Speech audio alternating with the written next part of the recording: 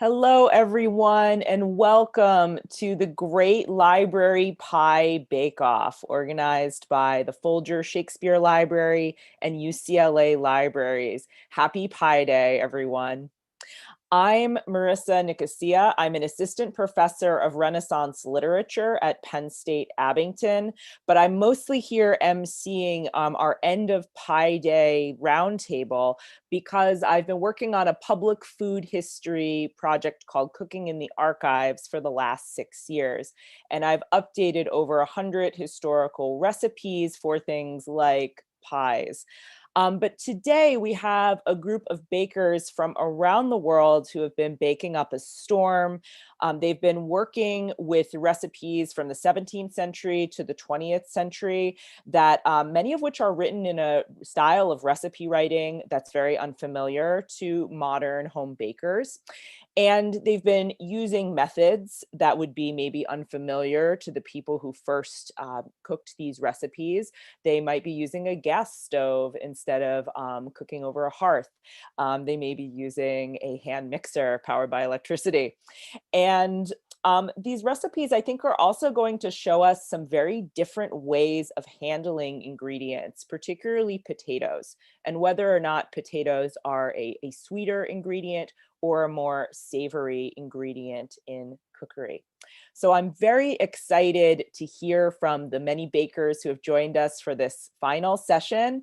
And first, we're all going to do some introductions so that you, our audience, know who's baked and who's here for this event today. So first, I'm going to call on each team, and they're going to tell you a little bit about who they are and which recipe they baked.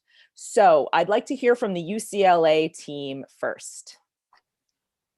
Thanks, Marissa. Hi, this is Jet Jacobs, and I am representing UCLA Library Special Collections. And I made a recipe that my colleague Marguerite found for us in our collections from Carter's The Complete City and Country Cook or the Accomplished Housewife, printed in London in 1732, and that is a sweet potato pie. Great. Hello, everyone. My name is Marguerite, and I also baked a recipe from UCLA's Special Collections for a potato pie from Cookery Reformed, or The Lady's Assistant, published in 1755. Great. Let's hear from the Folger team next. Hey, thanks, Marissa. My name is Beth DeBolt. I'm the Assistant Curator of Collections at the Folger Shakespeare Library, and I baked a pie that's just called a potato pie from a cookery manuscript we have from the late 17th century, and we don't have much more of a specific date than that, but so maybe think about 60 to 40 years earlier than the UCLA pie that was just described. Hi, I'm Elisa Tersini, and I'm the postdoctoral fellow from Before Farm to Table, Early Modern Foodways and Cultures at the Folger Shakespeare Library. And I made a different potato pie recipe from another one of our manuscript receipt books, also 17th century, but I picked this one because it's vegetarian. Hey, I'm Emily Wall. I'm the metadata librarian at the Folger, and I baked a 20th century pie. This is a Maryland white potato pie, which is a pretty clear descendant of the sort of pies that Beth and Elisa made. And my recipe was a family recipe shared with me by Mr. Irving Long of Calvert County, Maryland. Great. I'd love to hear from the team at University of Iowa Special Collections. Hello, everyone. I'm Eric Ensley. I'm curator of rare books here at the University of Iowa Special Collections Library. And I'm Liz Reardon. I'm outreach and engagement librarian here at UIowa. And we baked a potato pie, 3/4 eaten. It's a white potato pie from Emma Rickinson's 1862 manuscript cookbook. From New Bedford, Massachusetts. Awesome. I'd love to hear from our representatives from the Houghton Library next. Just one representative. I'm Emily Walhout, and I'm a reference librarian at Houghton Library. This lovely specimen is a variation on 3 recipes that Hannah Glass gives in her 1747 The Art of Cookery, Made Plain and Easy, which far exceeds anything of the kind yet published by a lady. Thank you. Let's hear from Penn State University. Hi everyone, I'm Christina Rima Murphy. I'm a reference and instruction librarian, and I baked a potato pudding pie, partially eaten, from the Surrey manuscript in Special Collections, which could double as a lemon tart, actually. So. Interesting. Let's hear from the team at Monash University Libraries. Hi, I'm Anne Holloway. I manage special collections at Monash University in Australia. We don't necessarily have pie recipes, they're mostly meat-based over here, but we do have puddings and cakes, which are pretty much pies. So we bake from Chef Brownell's recipe book, published by the Tasmanian Board of Potato Marketing, somewhere between the years 1900 to 1986. I'm guessing it's probably actually from the 20s though. And we baked a potato chocolate cake. Ooh, interesting. Okay, I'd like to hear from University of California, Irvine. Hello, I'm Claire Gordon-Betancourt. I'm a history grad student at UC Irvine, representing UCI libraries. And I also baked the sweet potato pie recipe from the UCLA collection. I haven't tasted it yet, but here's a slice of it. So looking forward to trying it. Bringing visual aids is encouraged to this event. I'd love to hear from our representative from the Beinecke Library at Yale University. Hi, I'm Catherine James. I'm the curator for early modern books at the Beinecke, and I baked this, which was a recipe from a 1719 recipe book kept by Catherine Brisbane from Fairlie, Scotland. Great. And next we have a representative from the Wilson Library from University of North Carolina. Hi, I'm Ashley Werlenek. I'm a research assistant with Research and Instructional Services at Wilson Library. And I baked the UCLA potato pie, that the savory one, not the sweet one, but it was really fun. Thank you for lending us the recipe. We got some sweet and savory dishes in the works already. I'd love to hear next from our representative of the Culinary Historians of Southern California and also the Los Angeles Public Library. Oh, we need to unmute you. I'm Charles Perry. I'm the president of the Culinary Historians. We're actually a charity. We raise money for the library to buy historical cookbooks. I made the first of the UCLA recipes. I was under the impression the recipes that were sent out were the only ones you could cook. So I just picked the first one, sweet potato pie, sweet. Great. So let's hear next from the Thomas Fisher Rare Book Library at the University of Toronto. Hi there, my name is Liz Rodolfo and I'm a Special Collections Project Librarian at the Fisher Library. And I made a recipe for Bakewell pudding with potato from a 19th century culinary manuscript by multiple authors at the Fisher Library. Great.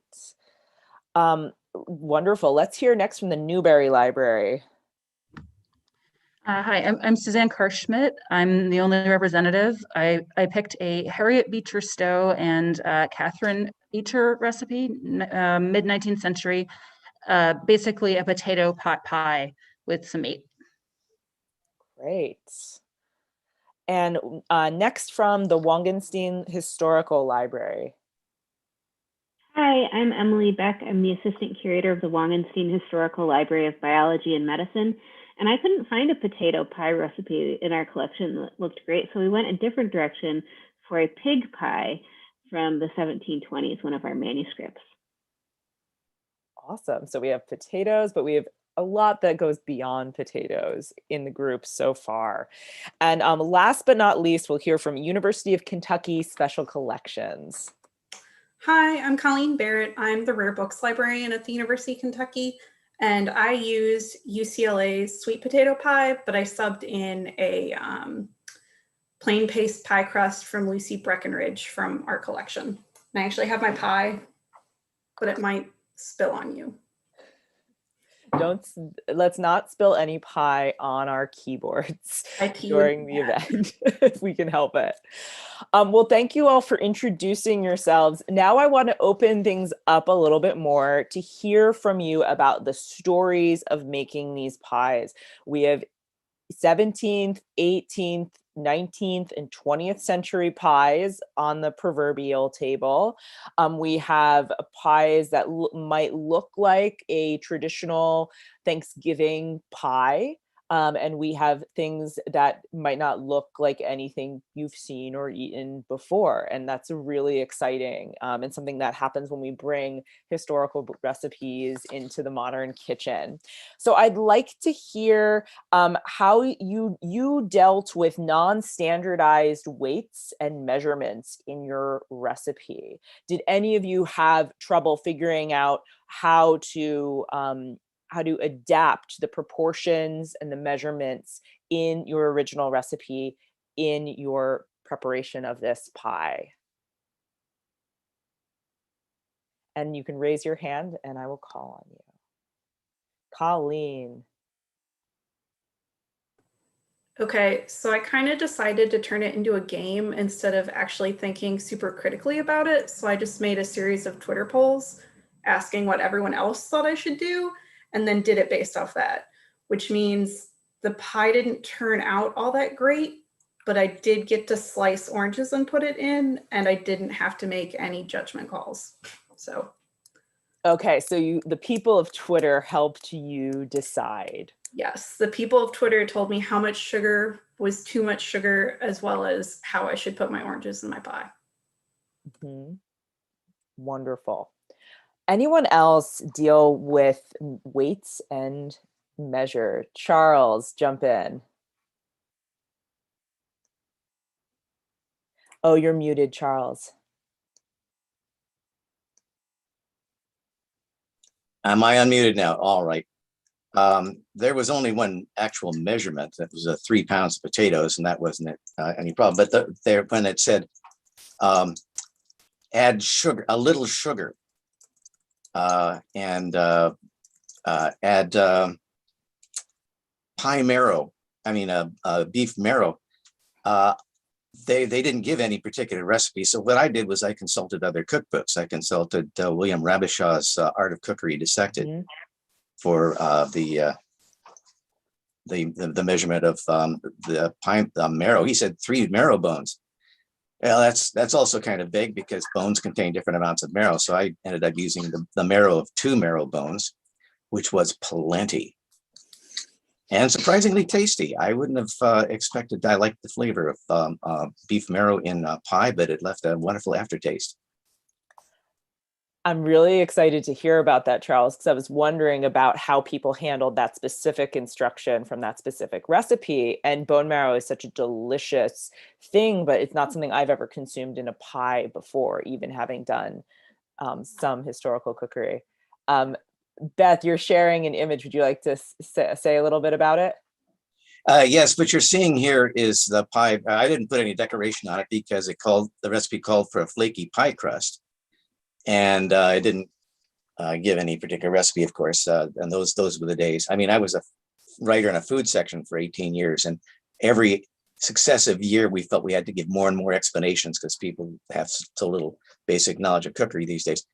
So I just went to Robert May's, The Accomplished Cook. He gives 4 recipes for making flaky pastry. And I picked number 3 because it was so interesting. You put pieces of butter, apparently not chilled, as in the modern recipes, on top of the paste, fold it over, and then pound it smooth with a rolling pin. And it actually came out flaky, as you can see here, although not as tender as modern puff pastry. That looks really flaky. Yeah, it looks like a nice homemade pie, and it was tasty too. But it's relatively leathery by comparison with French puff pastry. Well, Charles, I think I'm going to award you the first of the awards that I'm giving anyone on this judging and roundtable, which is the award for the most intertextual pursuit, because you went to Rabisha and May, who are two really important cookbook writers of the 17th century, to help contextualize these instructions and help develop this particular recipe. So I can't give you flakiest yet because I haven't seen anyone else's flaky pastry, but I think you're getting the award for most intertextual recipe development. Thank you. I'll treasure it. Great. Jet, how about you speak next? Sure, thanks.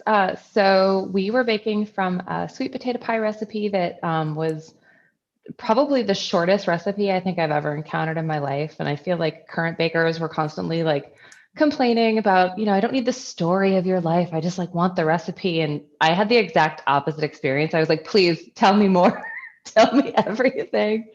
So I'll see if I can share what my pie looks like over here. And I've got our hashtag baked in GLPBO, woo. And I cut a little hole on the top because I went on like a really fun journey trying to figure out what lid meant, like literally until last night when someone on Twitter was like, no, they mean like a top crust. I thought I was gonna try to like put a lid on my pie in the oven. And then I think the other thing that like I really struggle with, and I bet some of y'all did too, which is like, I have never heard of a caudal in my life. And I was really grateful for the Folger Library's collation blog that like literally talked about the caudal and like different references of what a caudal is. And I have to admit on first glance, I was like, what do you mean a thick gruel of eggs and milk and porridge and alcohol? That's like super gross. But I treated it as a custard, and I haven't tasted this yet. It's still cooling, but I have like high hopes. Oh, and I threw pork belly in mine because I was not fussing about the bone marrow. That was not what I was going to do with my week. Okay, thank you, Jet. I'm going to call on Claire next. Yes, thinking about the weights and measures issue, I kind of had the opposite reaction to Jet, where because we did the same recipe, and I kind of liked how short the recipe was. It kind of gave me freedom that contemporary baking recipes don't offer, where I feel like I'm constantly telling myself, baking is serious, baking is a science, and you need to be precise. And this gave me the opportunity to play with my instincts and sort of wing it in a way that I haven't done with bakes using contemporary recipes. Thank you, Claire. I think that there can be some real freedom in the minimal instructions. Jump in, Beth. Yeah. So in terms of weights and measures, I think I initially had tried to be very accurate to what was represented in the manuscript, because, in the early modern period, there are all different kinds of measures being used that they don't equate, as people have said, to our modern measurements. And so I initially tried, and I measured out, how many modern ounces were equivalent to an early modern English troy weight ounce. And then that turned out to be maybe, I think, 4 to 5 teaspoons of cinnamon to a single pound of potatoes. And that was just too much cinnamon. And it's at the point where I was like, I need it to be edible, and I need, not to poison myself with cinnamon, essentially. So sometimes, even if you do your best to try to be doing a proper recreation, it isn't quite gonna work for you. And that's why one of the things I've thought about a lot in my work is how we're always updating something when we're making these recipes today, because we have different taste buds. Our ingredients that we're working from are really different, even if we strive to make them as authentic as possible. So at a certain point, it becomes our decisions as cooks and bakers in the kitchen.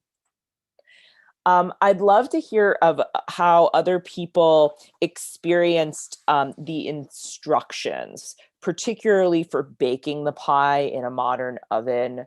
How did you handle setting a temperature? How did you handle timing, construction of your crust? If your pie had a crust, did it have the top crust, the bottom crust?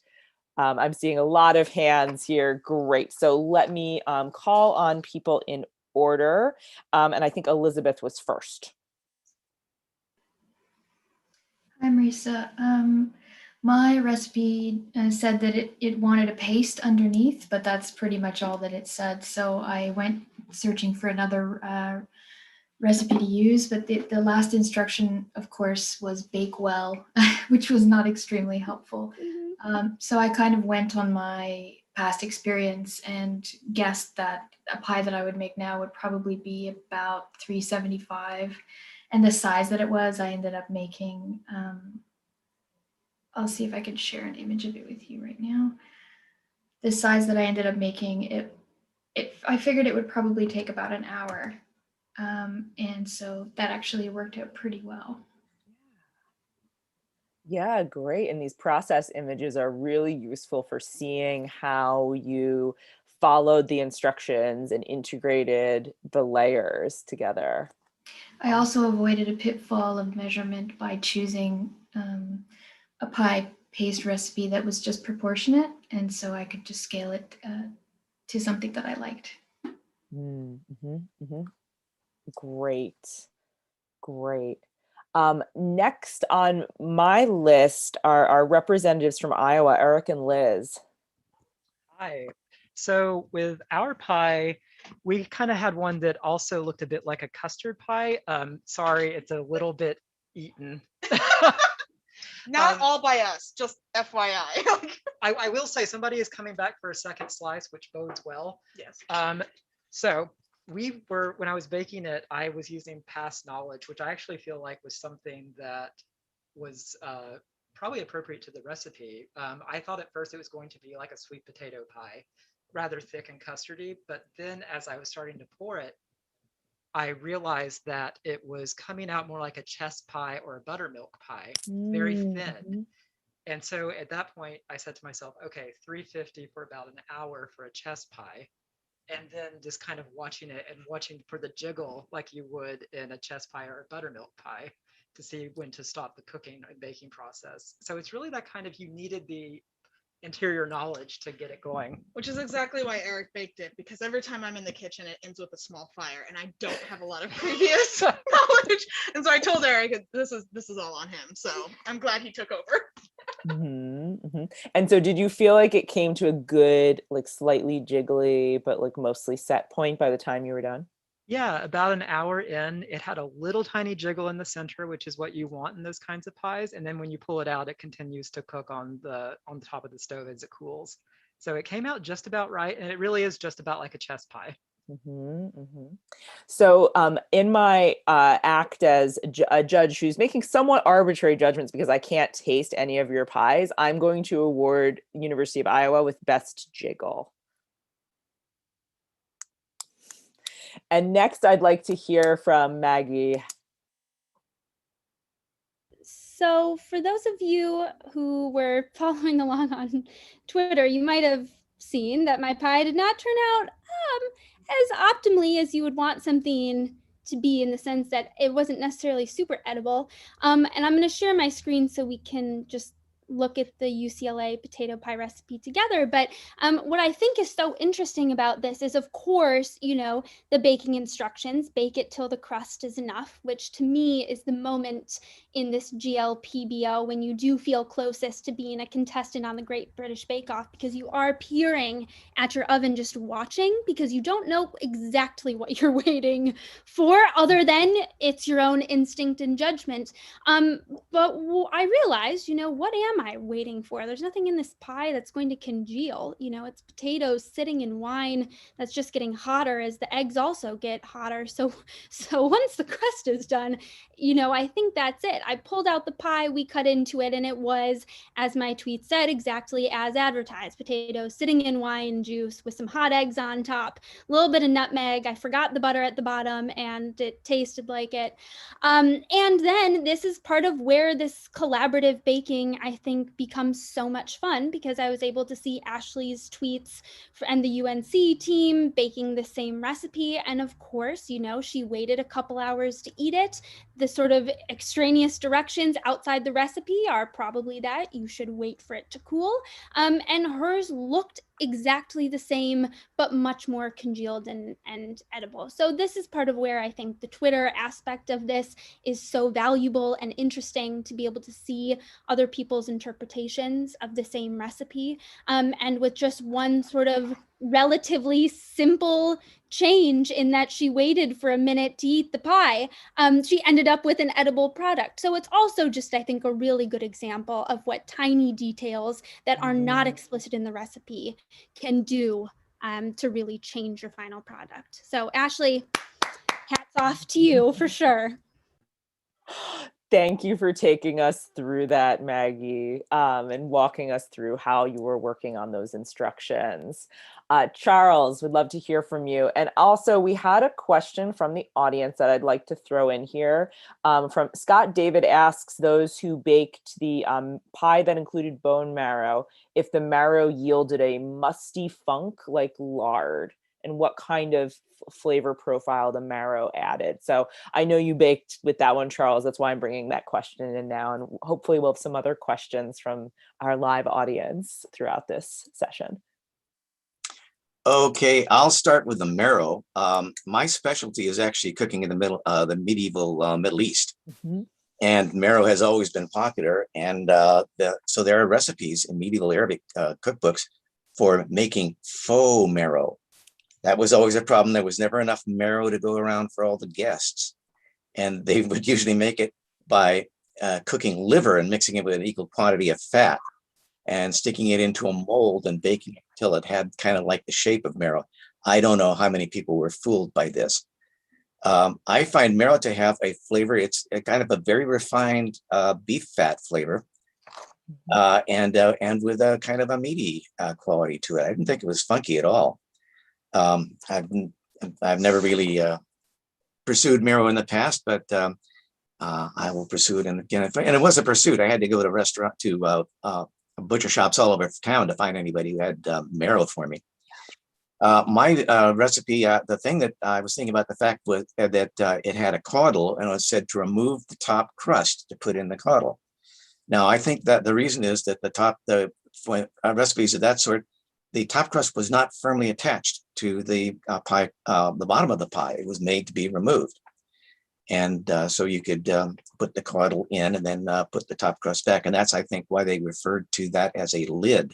Mm-hmm. So when I put in a caudle, my caudle was basically, it looked like a creme anglaise made with cream, but without the sugar. And that was the basis I used for picking a 1/4 cup sugar to put in the pie. The pie, kind of oddly, the pie is baked with a dry filling, so there's no problem with a soggy bottom. No problem. But they put the sugar in with the dry ingredients. Why would you do that? The only thing I can think of is that when you put in the caudle will dissolve the sugar, and we'll have kind of like a very rich creme anglaise, and that's indeed what happened. It was delicious. Absolutely. Absolutely wonderful. And I think you're making me think about Ken Albala and Ivan Day's writing about historical pies and the move from pies made with crusts that were not meant to be eaten, that really functioned as a sort of pastry Tupperware, to the pies where the crust and the contents are meant to both be eaten. And I think that the pies that we're looking at today all have crusts that are meant to be edible as part of the dish, and would have been in certain eras on a banqueting table alongside other sweet and savory dishes. And some of them, especially the later pies that we have on display today, would have been eaten as standalone or in a dessert course, as opposed to as part of a Concordia discourse of sweet and savory banqueting dishes. Okay, Elisa, you're next. So since I didn't show you my pie earlier, I'll start with demonstrating that. I did take a piece out to try it, and it tastes actually perfectly edible and fine.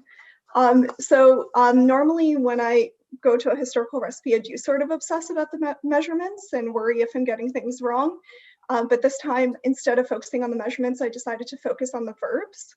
And so I spent a lot of time going to the OED, looking at how the verbs were used historically, and then looking for other examples of those verbs in recipes over time. So I'll give you an example. It says to boil the potatoes and then to peel them and then to slit them. And normally I would peel potatoes before I boiled them, but this was the first time trying it out. And literally, as soon as I took them out of the water, the peels just slipped off. I didn't realize how much easier it is when you boil it with the peels on. Maybe a lot of people knew that already, but that I was just impressed by following the recipe, what I was able to learn. Mm-hmm. And at the end of the recipe, it says the final instruction is to ice it. And I didn't know quite what that meant, because it does have sugar in it, as a lot of early modern recipes do, but it's not really a sweet pie. It was positioned in the recipe books with savory pies. So I did a bunch of research on icing, and what I found, and I'm not 100% sure that this is right, but it looked consistent, is you beat an egg white with a knife and distribute that over the top of the pie, and then sprinkle sugar on top and bake it like that. So it's not icing in the way that we would do it today, but it is a nice kind of cover, and it gave it a nice sheen. Awesome. And thank you for getting into both the verbs and the nouns for this, right? Like, what is the icing? Well, it's here a method of getting that sugar topping attached with the egg white, which is so cool. Emily, jump in. You mean there are two of us, Emily Beck? Yes. Okay. So I'll share my screen so you can see the recipe. So I made this pig pie, which has not many instructions, like most of the historical recipes that we're all sort of used to making. So I had to make a number of adjustments and judgment calls. I didn't feel like making a pie with an entire suckling pig, because there are not that many in my house. So I had to talk to the butcher and see, well, what should I use to approximate it? And I ended up with pork butt, pork loin. Should I still parboil it or not? I ended up not doing it. Hear from Charles about removable eyelids. Maybe I should, because I also couldn't get the grazy stuff inside. So the whole thing was a super fun experiment, and I feel like I'm not sure what I learned other than I'd like to try it again. It ended up being pretty tasty, but it was a little bit confusing. Awesome. I'm glad it was tasty. It's always a little confusing to work through instructions like that. But we understand why you maybe didn't start with an entire suckling pig, right? Okay. But the hand order I had was Christina, Ann, and then Emily. So we'll go in that order. Okay, so I made the potato pudding, and I am going to just share my recipe. So it had the ingredients, absolutely, how much of each ingredient to use. It's the one in the middle right there. But then no directions other than put a puff paste at the bottom, like someone else said. So I had a hot tip that maybe a blind bake would be good on the puff paste, and that was the right idea. And then I just baked it until, well, when making it, I baked it until, those are my ingredients, very simple. was a lot of sugar in mashed potatoes, lots of sugar. My daughter helped me put some lemons in there and some lemon zest, but then it came out beautiful. It was a beautiful tart. I just baked it until it got a little brown at the top. And I was thinking that the beauty of using mashed potatoes is that it stayed warm for a long time, right? You could definitely bake this earlier, have it sitting out because they just retain so much heat. But it also then turned into this lovely lemon tart at the end. So it kind of morphed from like lemony sweet mashed potatoes to a dessert by the time it had cooled. So I had it for breakfast this morning. So. Awesome. I'm really glad that the blind bake helped it maintain structural integrity, because one of the things when you have a custard pie or the kind of thinner buttermilk pie filling, or just getting that bottom nice and crispy is crucial for an enjoyable pie. Anne, jump on in. Hi, I'm just going to quickly share the recipe so people can see what I'm talking about. It's a nice straightforward recipe until you actually sort of start trying to make it. So the first issue I encountered was I didn't account for a sandwich tin being a lot smaller than a standard baking tin.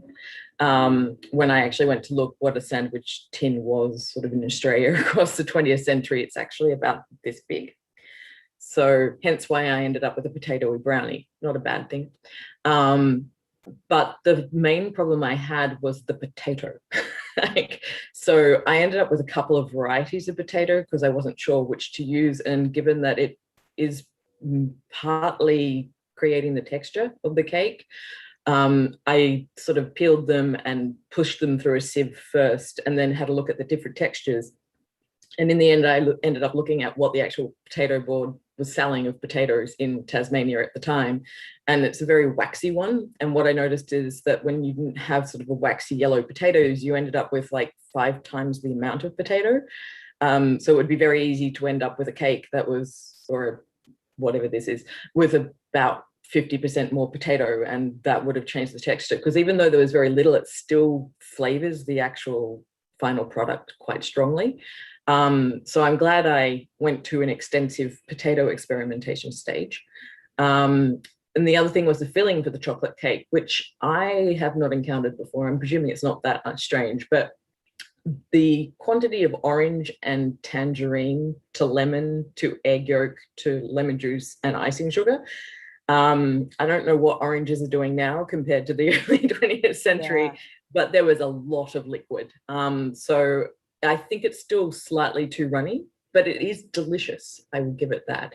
So I ended up using it as a glaze almost across the top of the chocolate sauce. I just combined the whole recipe at this point in time across the top of the recipe. And the other thing is the timing definitely is too long. I should have gone with my nose. I'm like, I'm just going to leave it in for the full time, but it's a little bit burnt around the edges. So. Okay, so there are so many things we still need to be attentive to when we watch our ovens, even if we have an oven where we have a timer, we can set it to 350 and we're pretty sure it's going to be 350 or thereabouts, right? And you've also raised these 2 other issues around what is the different size or juiciness of an orange 100 years ago, right? And then if we're moving further and further in the past, we're getting into different ingredients. And this is helping me. I do want to hear what our other responses are to the questions around measurements and methods, but we can also start talking a little bit about ingredients here. All potatoes are not created equal. They don't have the same properties. They don't have the same flavors. They have different structures. They have waxier or more floral or fluffy textures. And sweet potatoes are another entire different set of potatoes where there's so much variety across different types as well in terms of texture and flavor. So we're not only working which potato are they calling for is a question, but then what varietal within, and Anne was getting into that with her Tasmanian potato example. It's so great. Emily from the Houghton. Sure. I had the same question about potatoes. I didn't know. I just took what was in the fridge, but I think I have a combination of sort of yellow and then russet, and those are very different. So I had no idea. I also so in my recipe book, there are 3 versions of potato pie, and it's a savory, no, it's a sweet pie. And I didn't want to make a sweet pie. I have to ration my sugar. I have to save it for chocolatey things. So I turned it into a savory pie by just skipping the sugar. And then the question in these 3 versions, one called for white wine, a glass of white wine. One called for a half a pint of sack or brandy, and then one called for a pint of sack, no, another half pint of sack. So I had to look up what sack was. It's some kind of sherry. I didn't want to buy sherry. I had brandy, so I put brandy in it. And I don't know, it's okay. It's a cup of brandy in a pie this size seems like quite a lot. I don't love that flavor, but it was okay. I had the same experience about boiling the potatoes. I've always peeled them first. Yeah, the peel comes off easy, but I wondered, like, why are they making that decision back then to boil before you peel? Does it keep all the starch together, and they need all the starch? They need all those calories. But then certainly it must waste more fuel because you're actually taking longer to boil them. And so I just had that question. There's always more questions than answers when I do this sort of thing. And the one question that I always have, we have it when we're baking the Emily Dickinson cake at Houghton, is like, none of these recipes say salt. Where's the salt? Did they just assume that it was going to be in there? Did they just not ever eat with salt? I would love to hear some opinions on that one. I mean, salt is precious, and I have seen historical recipes that ask you to salt to your taste, which could imply that salting to one's taste might be called for even in recipes where that instruction is missing. But I think you've hit on something that's a part of a much larger debate about where is the salt and and where has it gone. So I'm going to give out a couple more arbitrary awards. So I would like to commend Liz, Emily from the Houghton, Claire, Jet, and Elisa for decoration on pies. I have seen some great pie symbols. Emily has a pie, like a potato, and then the pie symbol on the pie. Claire's had beautiful flowers and other decorations on it. So you are all getting special commendation for decoration of pies because I could not decide between you. So you all win. Okay, I want to hear from Beth and then from Charles. And we have some great questions from the audience that I want to make sure we get to. Excellent. Thanks, Marissa. So yeah, a couple things that I've been thinking about as everyone has been talking, but so I'm just going to share my screen really quick and show my my recipe that I was working from. And so it actually spreads across 2 pages. So I've made a little composite image here. And you can see, oh, it's jumping around a little bit, but it's very brief. And so sometimes, as you can see in the larger page, there'll be a larger recipe and it'll provide a little bit more instruction. But this one just really didn't. It was sort of like the author assumed that you would know what to do and what steps to take. So there isn't even the mention of a crust. And there isn't a mention of peeling potatoes. You just boil them. So I went with I didn't want to deal with peeling potatoes, so I just went with some little potatoes that I wouldn't really need to peel to put in a pie, and boiled those. And then I really wanted to try making a hot water crust, which I'm not sure what the history of the hot water crust is, but I wanted to try one. And so actually it's supposed to, a feature of the hot water crust, which I think US audiences may not be as familiar with unless you've watched a lot of Great British Bake Off, is that they're supposed to stand on their own. So I'm going to try really briefly to open the container and see if it will stand. Everyone's kind of clutching their face, but we'll find out. It'll be all right. So it's a springform pan, so I'm just releasing it. And now we're going to find out if the insides go everywhere. Hooray! Hooray! But so I've ended up with a crust that does stand on its own. The hot water crust was a hard thing to put together.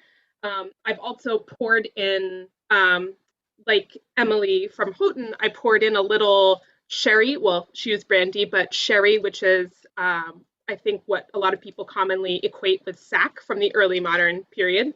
So I've just poured that in, and that's been absorbing, I think, into the center. And maybe at some point I'll try cutting it. But I think somebody had the brilliant idea of letting the pie sit and knowing that it maybe would need to chill a little bit before eating. So I'm just going to try and wait. And then questions about marrow and other ingredients. So yeah, the marrow, I've never tried marrow before. And it was all sort of a whole new world of exploration there. I agree with Charles. I don't think that it was I didn't get a funky taste or smell, but it was a really different kind of meat product to work with. It was very fatty, but also very aromatic, and I'm really excited to try that. The other thing that my pie called for was a lot of mace and a lot of nutmeg.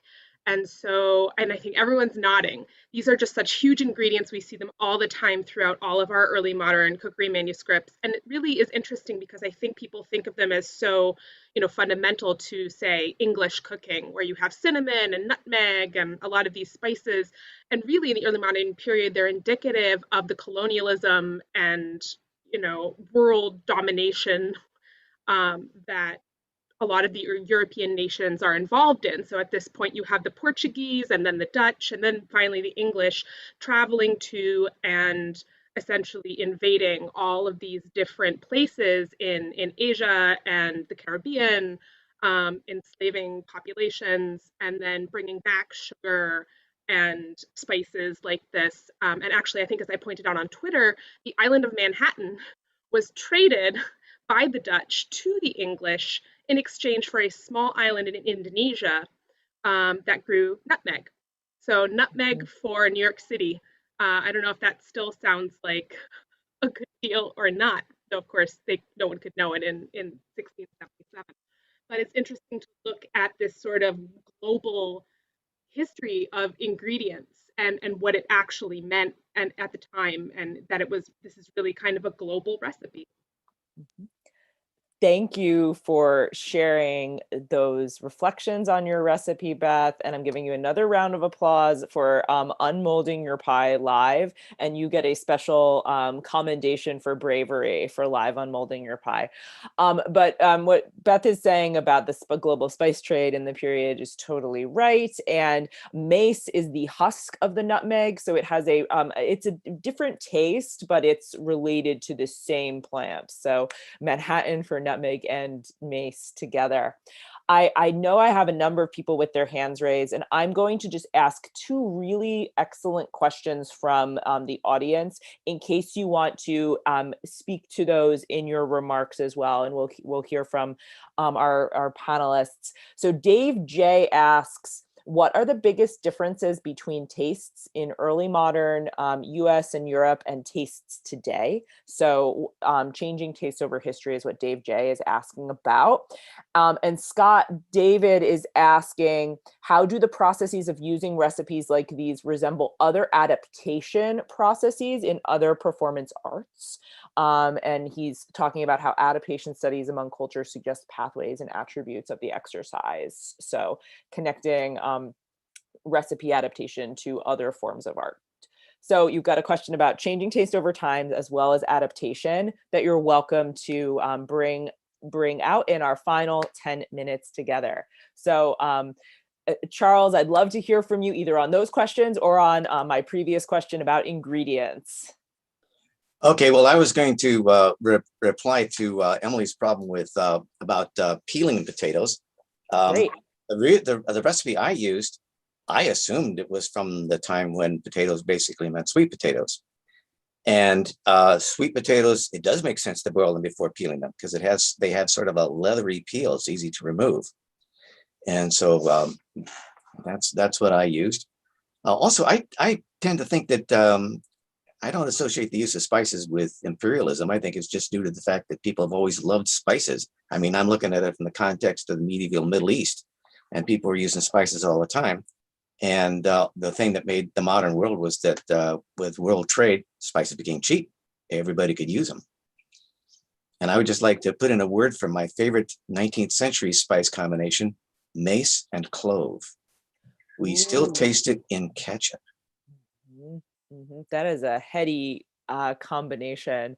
One thing to just complement what you were saying, Charles, is Paul Friedman's classic book, Out of the East, shows how desires for imperial expansion were motivated by desires for spices.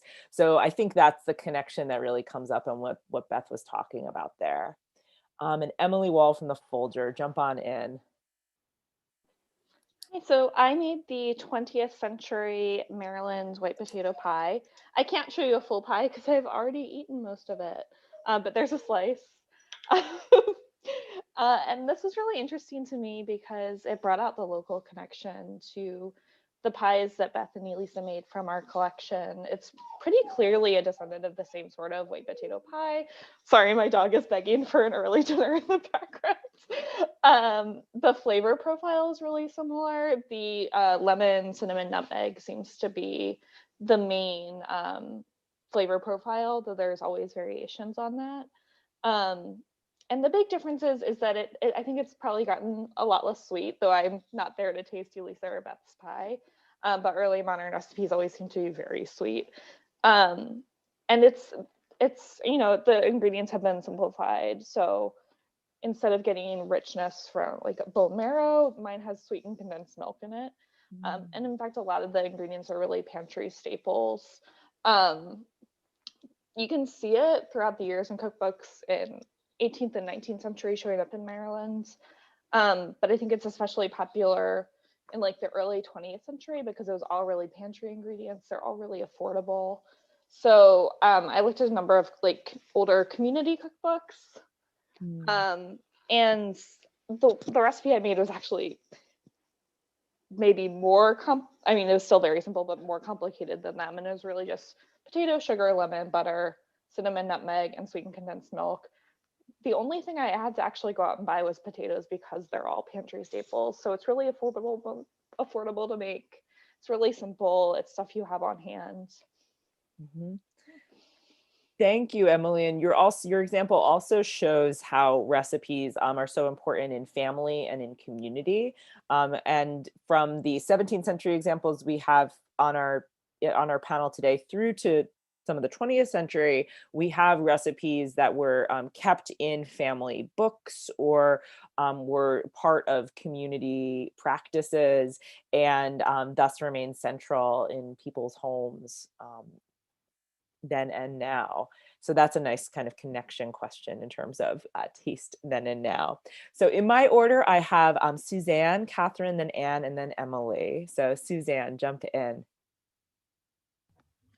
Thanks. I'm going to share my screen since I didn't show anything potato yet. Oh, sorry. Make this bigger. Great. All right. So my issue with the recipe was that I didn't have any measurements, and I had to go to the potato crust recipe within the same book to find out that you needed 12 potatoes for the crust. And I assumed that was going to be a double crust because these are all pot pies. Okay, and then so that led me to realize that the pot I was going to put it in was not going to fit, so it got bigger. That's the meat. I had to roll it out as a crust. This is what it turned into in the Le Creuset enormous. But what I really liked from the book was that the Beechers were talking about the fact that that it is absolutely that you can have a depraved cooking of a potato. The depravity of the potato is something that is avoidable, but it is something that cooks who are not doing a good job can run into. So this is not, I don't think this is quite depraved potato, but it does have so many layers. It was 8 pounds, cut into, with the mashed potato inside, and then meat mashed potato and then more crust. So I don't know how I could possibly have gotten more potato into this. We did cut it, the crust with flour to make it rollable. So that at least made it taste not quite so potato. And yeah, I actually got a little bit of a, eye of a dragon thing going on here, but like my kids actually did eat it, even though they don't like mashed potato. So that seemed like a win. And yeah, see, that's how much we ate as a family, the four of us. So I think it was pretty successful, but 8 pounds is definitely a lot of potato. And they were russets. So pretty standard. And the internet told me not to do red jacket. So I appreciated that. Okay, so I'm going to give Suzanne a commendation for best dinner pie, and Christina a commendation for best breakfast pie, because those seems to be meals that were well suited for the particular pies from those particular contributors. And that's just so much potato. That's incredible. Catherine, jump on in. Yeah, I was thinking about the audience questions about taste and adaptation a lot as well. And the manuscript I was using coupled dye recipes with food recipes. And so coming back to Beth's point, there was just this enormous sourcing of these global commodities. But it struck me that the book was also sort of experimenting with the metropolitan fashions, bringing those together. And this made me wonder, coming from my own super just total lack of knowledge, I actually made a pie without pastry. I got halfway through, I was like, oh yeah, that must be what that lid is about. But I wondered, first of all, like who was actually cooking, who was doing the labor of the recipe, who was making these things. And then, in the time, if you're using an unfamiliar recipe, how would you know what it was meant to taste like? And how would you even know if you had adapted it correctly? And all those sorts of questions about the performance of the recipe in the time, let alone me sort of here, doing such an inept job in my own kitchen. And so that was really interesting to think about as well. What would something be if it was done well? And how would you know the difference really at the time, right? So it was really fascinating to have the chance to experiment with that, I thought. Mm-hmm. And then there's the recipe that a household cooks with some frequency, where there is comparison across batches and versions, and a special occasion recipe where the dear ingredients have been sourced carefully, and you may make it once, right? And that really gets at those issues. Catherine, thank you. Anne, jump on in. I was just going to sort of respond to kind of the performative adaptation side question a little bit. I think there's a lot of similarities between, in particular in sort of a theatre performative space, between adapting and the fluidity of adaptation in recipes, particularly at the moment as we're sort of performing it for the internet as well as live. Questions around, like if you're doing, say, script adaptation, what do you do with the script? How do you transform it into something that is contemporary and fits within contemporary society, not just taste-wise, but also look-wise? So I see a lot of, changing it up, adding flowers, putting things in, like, is it going into a pot that's going to be sort of early modern, or is it going to be later? And concerns around there. So, and also questions around how far do you go? Where does it become something completely new? And where is it something that's talking to the past? It was interesting hearing just then, though, that you're also drawing from other sources. So it's kind of reusing and creating that history. So I think there's a lot of similarity, even though perhaps the end is a little more of a set product, because you do need to perhaps be able to eat it rather than just be shared through a performance with an audience engaging with you. So, yeah, that's my thoughts. Those issues are alive for me too, Anne, because you can put on Hamlet today and it will always be a Renaissance play, but it would have been very different in performances in, say, 1607 and 1608 with the different group of performers putting it on in perhaps an indoor theater or the outdoor theater of Shakespeare's Globe. I'm just going with Shakespeare because it's a Folger event, but we can think about this with all sorts of arts as well. Emily from the Houghton.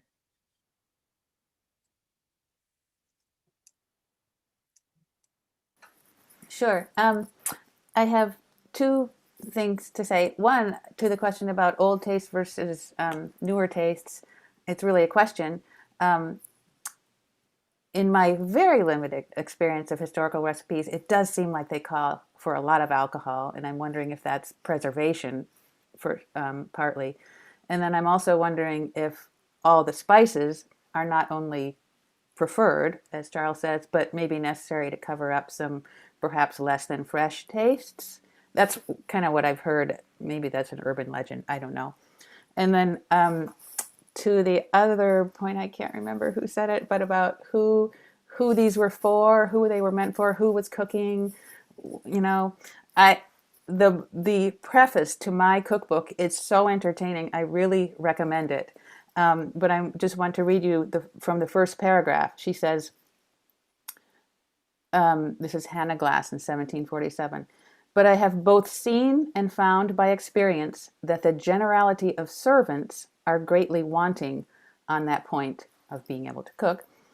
Therefore, I have taken upon me to instruct them in the best manner I am capable. And I dare say that every servant who can but read will be capable of making a tolerable good cook, and those who have the least notion of cookery can't miss of being very good ones. And she also goes on, and there's some competition between the French and the English, and she has some very snarky comments to say about the French. In a lot of how-to literature from the 17th and 18th centuries, there's this idea that through reading the how-to book, you will suddenly be fully informed with all of the embodied knowledge that comes from a hands-on discipline like cookery. And a lot of people working on things like Simran Tadani working on penmanship, and Susan Fry thinking about sewing, about where those gaps are between how-to literature and actually doing things. And Emily, I wanted to address the spices thing. The spices to preserve to mask off flavors, that is a myth that has been very persistent in food studies. Your spices are so expensive, you do not want to put them with anything but the best and freshest ingredients. But I do think your point about using alcohol as a flavoring, well, alcohol and vinegar were things that you had around. So they were a very good thing to use as a flavoring for sure. So spices are there, but they're there because they're delicious and have health benefits, and not so much because they're trying to cover anything up. Now we are at 3 minutes over, so I'm going to call on Jet, who's one of our organizers, in case, Jet, you have any closing words or responses to the questions. Sure. So I was just going to kind of jump in and say that I feel really grateful to have been part of this event and the baking. I think it really provided me with something to be excited about in the kitchen. And I don't know about y'all, but like the past year has just gotten me kind of like really done with being in my own kitchen. Like I'm out of ideas, and I am like really, really excited to be out and enjoying Los Angeles and the variety of food that I have available to me in Los Angeles.